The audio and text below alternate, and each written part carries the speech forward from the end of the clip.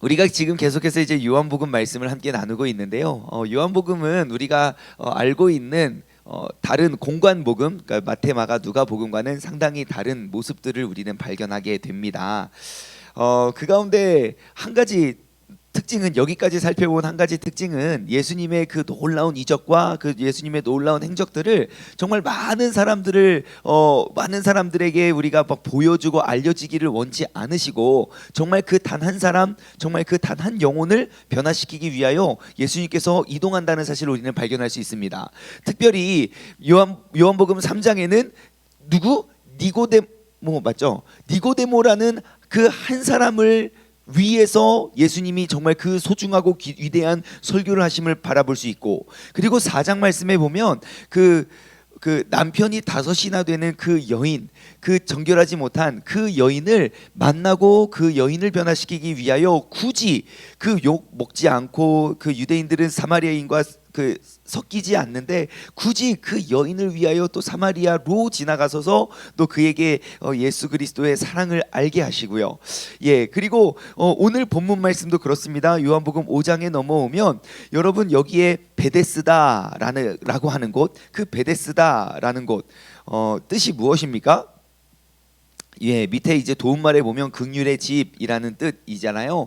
긍휼의 집, 자비의 집, 은혜의 집, 뭐 그러한 의미를 가지고 있는 그러한 단어입니다. 그 베데스다라는 곳에 갔더니 거기에 이제 많은 병자들이 막 누워 있는데, 예수님은 단 한 사람을 딱 정해서 그 사람에게 나아가서 그를 또 병을 고치시는 일들을 우리는 살펴볼 수 있습니다. 오늘 본문 말씀을 통해서 우리가 정말 그 베데스다에서 고침을 받았던 그 38년 된 병자처럼 우리가 깨끗이 우리의 삶의 그런 아픔과 어려움과 그러한 모든 것들이 예수님의 능력으로 우리가 깨끗이 치유받을 수 있는 그런 복된 날이 되었으면 좋겠습니다. 오늘 본문 말씀을 이렇게 한 절 한 절 우리가 살펴보면요, 1절에 보시면 이제 그 후에, 그러니까 두 번째 기적을 행하신 다음입니다. 참고로 요한복음은 예수님의 몇 가지 기적이 있다고 제가 요한복음 첫 시간에 말씀드렸죠? 네, 그렇습니다. 7개요. 네, 7가지 기적과 그리고 7개의 나, 7 I am, 그러니까 나는 이러한 사람이다, 나는 누구다라고 그 7가지의 자신을 소개하는 그런 모습들 있고요. 그래서 아무튼 7개의 기적 중에 두 번째 기적이 이제 그 왕의 신하를 고치는 것, 그 앞에 4장에 나와 있고요. 어제 본문이고요. 그리고 오늘 본문에는 이제 또 세 번째 기적을 향해서 예수님이 나아가십니다. 자, 두 번째 기적을 행한 후에 유대인의 명절이 되어서, 정확히 무슨 명절인지는 모르겠어요. 근데 예수님께서 이제 예루살렘으로 올라가십니다. 그래서 사람들은 이제 이게 유월절이 아니냐라고 추측을 합니다. 자, 올라갑니다. 예루살렘에 있는 예루살렘에 있는 양문 곁에, 그 양문은 무엇입니까? 밑에 도움말에 보면 조금 우리가 도움을 받을 수 있는데요. 예루살렘 성 북동쪽 베데스다 연못 근처에 있던 문으로 성전에서 제물을 드릴 양들을 못에서 씻긴 뒤 이 문을 통해 들어갔다 하면서, 이제 느헤미야 당시 이곳에서부터 성전 재건 공사가 시작되었다. 그래서 베냐민의 문으로 불리기로 했다. 그래서 이제 들어가는 그런 초입 그 문에 있는데, 거기에 이제 베데스다라고 라는 못이 있었어요. 그래서 이제 그곳에는 많은 병자들이 몰려 있었어요. 그곳에 모여 있던 사람들은 맹인, 다리 저는 사람, 혈기 많은 사람들이 막 누워서 이제 물의 움직임을 기다리고 있는데, 왜냐하면 이제 거기 전통이, 여기에 물이 이렇게 움직이면 그건 분명히 천사가 와서 물을 움직이는 거다. 그러니까 물이 움직인 다음에 가장 먼저 그 물에 들어가는 사람들은 어떤 병에 걸리든지 나을 거리라 라는 그러한 이제 소문 때문에 그곳에는 많은 병자들, 환자들이 모여 있었습니다. 근데 예수님께서 5절 말씀을 보면 거기 38해 된 병자가 있습니다. 왜 예수님께서는 38년 된 병자를 찾아가셨을까요? 거기에 많은 병자들이 있는데 예수님께서 왜 이 사람을 찾아가셨을까요? 이 사람과 나눈 대화를 보면 예수님께서 왜 굳이 이 사람을 찾아갔는가 우리가 조금 알 수 있을 것 같아요. 왜냐하면 이제 6절 보면 예수님께서 그 누운 것을 보십니다. 누운 것을 보시고 이미 병이 벌써 오래된 줄 아시고 이르시되 그래요. 내가 가장 치유할 수 있을 만한 상대를 찾아간 것이 아니에요. 거기에 많은 사람들이 있지만 그 중에 가장 중하고 아파 보이는 사람에게 나아갔다는 거예요. 그러니까 예수님이 사람을 선택해서 다가가는 방법은 나의 능력이 부족하면 내 능력에 맞는 사람을 찾아가겠지만 예수님의 능력은 모두를 치유할 수 있기 때문에 가장 중하고 힘들어 보이는 사람에게 다가가셨다는 거예요. 38년째 병자가 된 사람이 있어요. 이 사람은요, 나이가 38살이 된 것이 아닙니다. 내가 병을 얻은 지 38년이나 된 사람입니다. 한 가지 병을, 그게 뭐 어떠한 병이든지 한 가지 병을 38년을 앓고 있다면 그것은 내 안에 어찌 보면 그냥 삶의 일부입니다. 그러니까 나는 이 병과 함께 더불어 살아가는 그러한 사람들이겠지요. 그런데 굉장히 중한 병에 걸려서 이가 누워 있다 그랬어요. 그리고 또한 그 물결이 칠 때 사람들은 다 내려갈 때 누구도 나를 데려가 주지 않았다고 하는 것 보니까 정말 내가 이제 혼자 거동할 수도 없는 그러한 중한 병에 있는 사람입니다. 그런데 그 사람을 예수님께서 찾아가세요. 아무래도 예수님이 그 사람을 찾아가게 된 그 원동력은 그 중에 가장 아프고 가장 힘들고 가장 어려운 그런 상황 속에 있는 사람이 아니었을까 싶습니다. 자, 우리가 이 사실을 통해 우리가 그 예수 그리스도로 말미암아 고침받는 사람의 그 네 가지의 특징을 살펴보길 원하는데요. 첫 번째는 예수님께서는 먼저 찾아가신다는 겁니다. 38년 된 병자가 제발 나 좀 봐주세요, 제발 나 좀 도와주세요 라고 하지 않아요. 뭐 다른 이제 공관복음에 나왔듯이 막 예수님이 지나가시는 막 소문이 막 가득해서 막 예수여 나사렛 예수여 막 소리 지르지 않았어요. 주님께서 먼저 그를 찾아가셨어요. 베데스다에는요 사실 이 38해 된 병자만 예수님이 필요했던 건 아니에요. 그곳에는 많은 병자들, 많은 환자들이 있었거든요. 그런데 예수님께서는 그중 가장 중하고 힘든 사람을 찾아가서 물으십니다. 우리가 이를 통해서 알 수 있는 사실은 무엇입니까? 여러분, 우리도 우리 주변에 이렇게 보면 아프고 병들고 힘든 사람들이 있을 거예요. 그게 몸이 아프든 마음이 아프든 뭐 이렇게 뭐 자녀의 문제든 뭐 이성의 문제든 뭐 물질의 문제든 여러 가지 문제들을 가지고 우리가 아파하는 사람들이 있을 때 여러분, 우리가 먼저 찾아갈 수 있는 사람들 되었으면 좋겠습니다. 그래서 여러분 오늘 한번 이렇게 적용해 보세요. 내 주변에 정말 이렇게 아픈 사람들이 누구인가? 그래서 꼭 그 사람들을 찾아갈 수 있는 그러한 적용이 되었으면 좋겠습니다. 자, 두 번째는 38년이나 아팠어요. 근데 예수님께서 그를 고쳐주신 다음에 그와 대화를 나눈 게 아니라 먼저 물어보십니다. 뭐라고 물어보냐면 6절이죠. 그가 누운 것을 보고 이미 병이 벌써 오래된 줄 아시고 그리고 이르십니다. 내가 낫고자 하느냐? 그의 믿음을 점검하고 그의 믿음을 확인하세요. 자, 보세요. 지금 38년 동안 내가 낫기를 원하는 그런 마음 속에 베데스다의 못에 앉아 있었어요. 그런데 이 사람이 정말 훌륭한 거는 38년 동안 내가 낫고자 한다는 그 소망을 잃어버리지 않았다는 거예요. 여러분, 우리가 꼭 기억하셔야 될 것은 이 기도의 순간은 길어도 응답의 순간은 정말 잠깐이라는 거예요.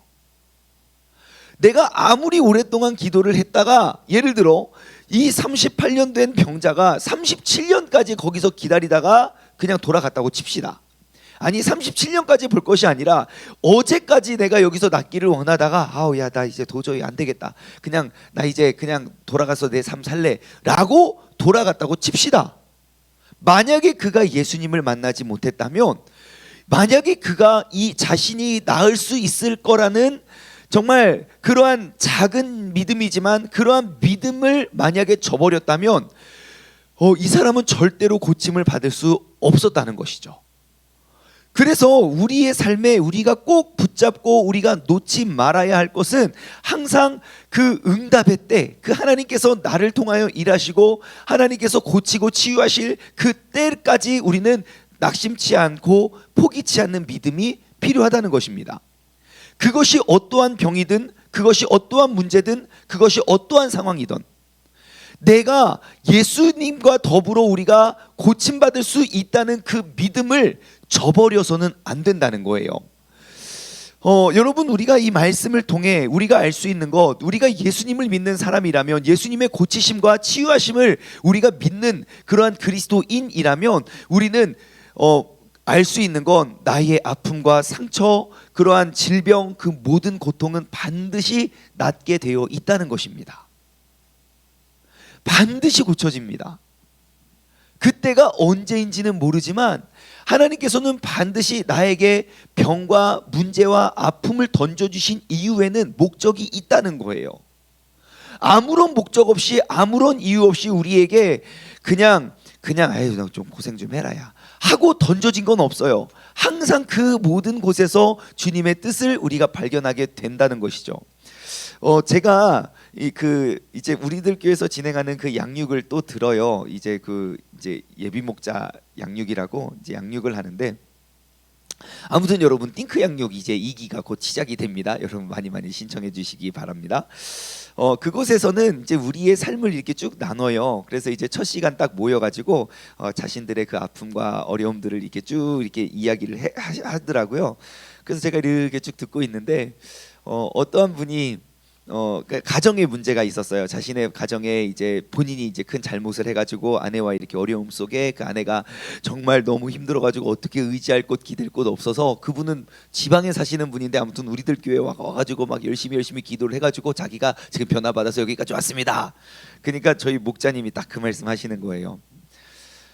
진짜 가정마다 부부의 어려움이 참 있지요. 야, 이 부부의 어려움이 없으면 우리가 이렇게 열심히 기도할까 싶기도 하네요. 그러더라고요. 정말 그 가정에 그 어려움이 없다면 우리가 어떻게 하나님한테 이렇게 매달릴 수 있겠냐라는 그 말이 너무 제 마음에 와닿더라고요. 여러분 생각해 보십시오. 우리의 삶에 어려움과 문제와 아픔과 상처가 없다고 생각해 보십시오. 여러분 하나님 앞에 나아오시겠습니까? 하는 일마다 다 잘 되고 내가 원하는 것마다 다 이루어진다면 여러분, 우리에게는 하나님이 필요하지 않아요. 그게 인간의 본성이에요.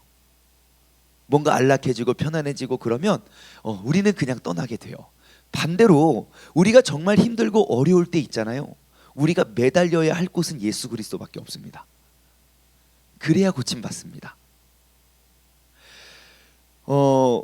이 예수 그리스도를 바라봄이 얼마나 소중하냐면, 사실 제가 좋은 예화를 하나 들고 싶은데, 이 코로나 때문에 이제 사람과 가까이 대면할 수가 없어서 제가 그냥 말로 설명해 드릴게요. 여러분 잘 보셔야 돼요. 저는 이쪽을 향해 나아가길 원해요. 제가 이쪽을 향해서 막 나아가고 싶어요. 이쪽을 향해 나아가야 내가 고침받고 치유받고 다 잘 될 것 같아요. 그래서 내가 열심히 이곳 쪽으로 나아가려고 하면요, 항상 시험은 나를 반대쪽으로 끌어당깁니다. 누군가가 나를 굉장히 큰 힘으로 저를 당긴다고 한번 생각해 보세요. 저는 이쪽으로 나아가고자 하는데 그 문제와 아픔이 나를 끌어당겨요. 자, 그러면 내가 이 문제보다 더 큰 사람이면 그냥 그 문제 가지고 끌고 가겠지요. 아무 문제가 되지 않습니다. 그런데 문제는 뭐냐면, 내가 힘들고 어려운 이유는 그 아픔과 문제가 나보다 더 크기 때문에 내가 분명 일로 나아가야 되는 건 알지만 계속 나는 뒷걸음질을 치게 된다는 거예요. 그때 우리에게 중요한 건 무엇이냐면, 내가 누구를 바라보느냐, 어디를 향해 가고 있느냐예요. 그 시선이 왜 중요하냐? 자, 제가 앞을 향해 계속, 예를 들어 예수님을 향해 내가 계속 나아가려고 해요. 근데 문제가 너무 커서 계속 문제가 나를 끌어당겨요. 그러다가 내가 지쳐서 나의 시선이 그냥 문제 쪽으로 돌아서는 순간 나는 그 끌어당기는 힘에 엄청나게 나는 끌려갈 겁니다. 나를 끌어당기는 힘이 크기 때문에. 하지만 반대로 끌어당기는 힘이 아무리 크더라도 계속 뒷걸음질하고 계속 뒷걸음질하지만 나의 시선이 오직 앞을 향하고 내가 나아가길 원해서 나의 시선이 멈추지 않으면 그게 37년이 됐든 그게 38년이 됐든 예수님이 진짜 내게 와서 그것을 딱 고쳐주시는 그 순간 나는 앞으로 튀어나갈 거라는 거예요.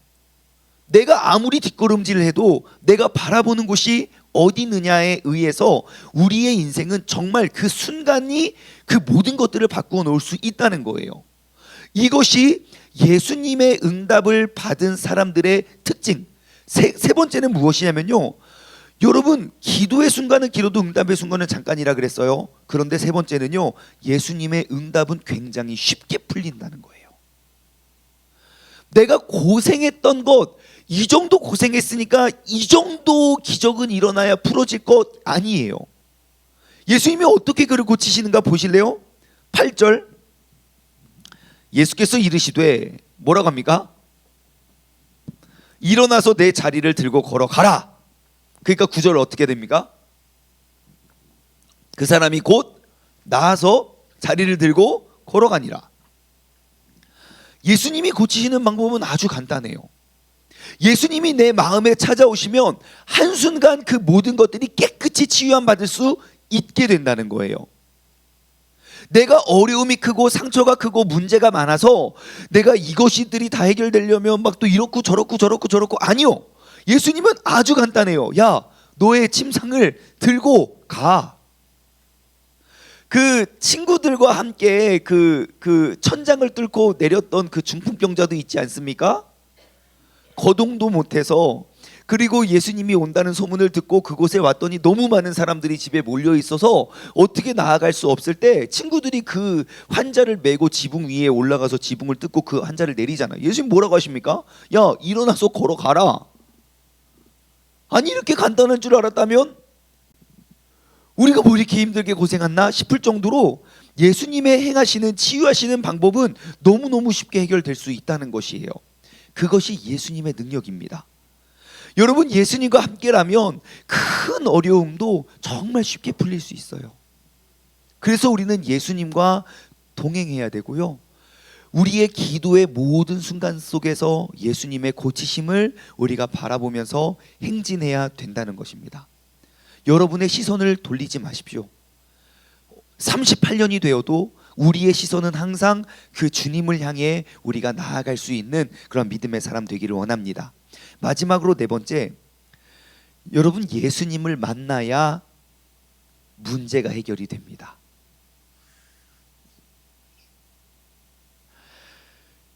예수님을 만나지 않고 해결된 문제는 아마 또 다른 문제를 이야기할 수 있어요. 잠깐은 해결되는 것처럼 보여요. 그런데 그 잠깐이고 또 다른 문제가 오면 또다시 아파할 거예요. 근데 예수님과 더불어 우리가 새 사람이 되면, 지금 그 거듭남에 대해서 요한복음 3장에서 이야기하고 있죠. 거듭남, 그 예수님께 그 거듭남, 우리가 니고데모가 찾아가서 그럼 내가 어떻게, 거듭남이 뭡니까? 우리가 어떻게 다시 태어납니까? 엄마 뱃속에 다시 어떻게 들어갑니까? 라고 이야기하잖아요. 우리가 예수님으로 말미암아 거듭난 자로서의 치유가 되면요, 우리는 그 옛적으로 다시 돌아가지 않을 그 새 힘을 주님께서 늘 부어주십니다. 그 새 힘을 늘 부어주시는 분이 바로 우리 안에서 지금도 내게 끊임없이 말씀하시는 그 성령님의 음성이라는 거예요. 그곳에 지금 베데스다에 모여있는 많은 환자들이 있습니다. 근데 그곳을 치유받은 사람은 예수님을 만난 사람 한 사람입니다.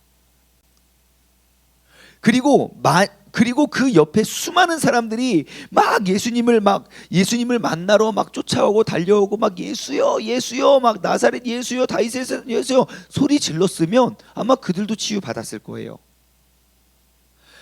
그렇기 때문에 우리가 항상 예수님을 만나는 순간 그 문제가 해결된다? 오케이. 그러면 예수님에게 제가 처음에 말씀드린 것 있어요.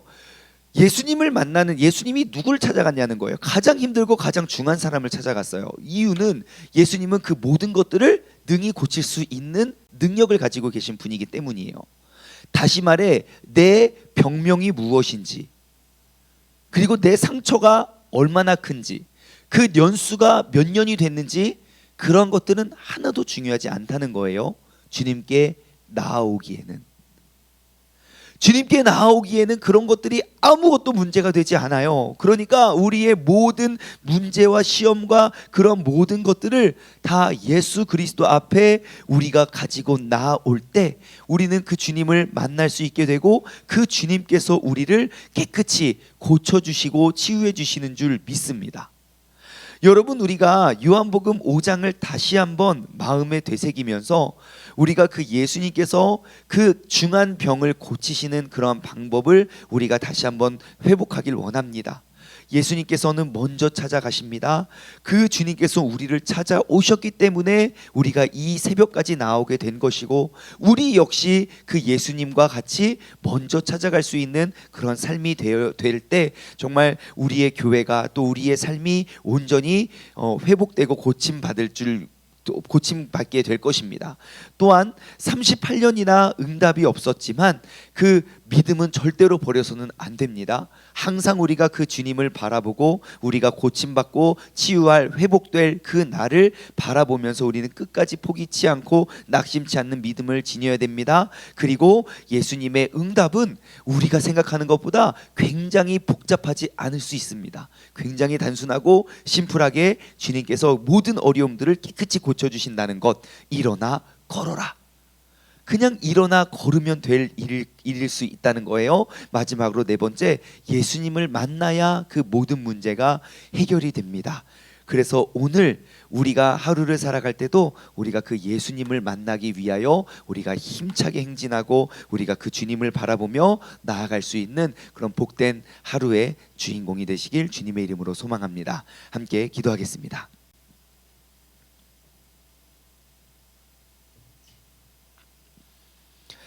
하나님 아버지, 감사합니다.